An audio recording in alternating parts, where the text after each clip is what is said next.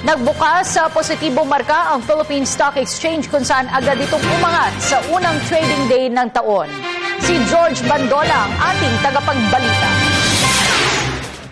Naging masigla ang pagbubukas ng Philippine Stock Exchange sa unang araw ng trading day ngayong bagong taon. Ayon sa index report ng PSE, nagsara ang trading day na angat ng 50.26 points o 0.70%. Nagsara ang PSE sa unang araw ng trading ngayon sa 7,280.83 points kumpara sa pagsasara nito noong nakarang taon sa 7,230.57 points. Umaasa mga stock analysts na maaabot ng PSE ang 8,400 index points ngayong taon, magiging kauna-unahan sa kasaysayan ng stock market sa bansa.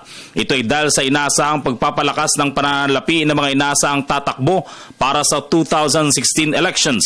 Dahil dito ay pinapayo ng mga analysts na bantayang maigi ang mga stock sa industriya ng media, communications, transportation at retail. Sa natapos sa taong 2014, pumangatlo ang Philippine Stock Exchange sa may pinakamalakas na capital market sa buong mundo. Nakakuha kasi ang PSE ng lagpas sa 20% kita kumpara sa ibang mga bansa maging sa Amerika at Europa.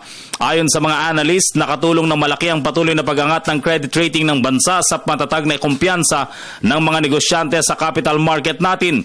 Idagdag pa ang maayos na pamamahala, mas maayos na kalagayang pang-ekonomiya at mas ligtas na pamumuhunan.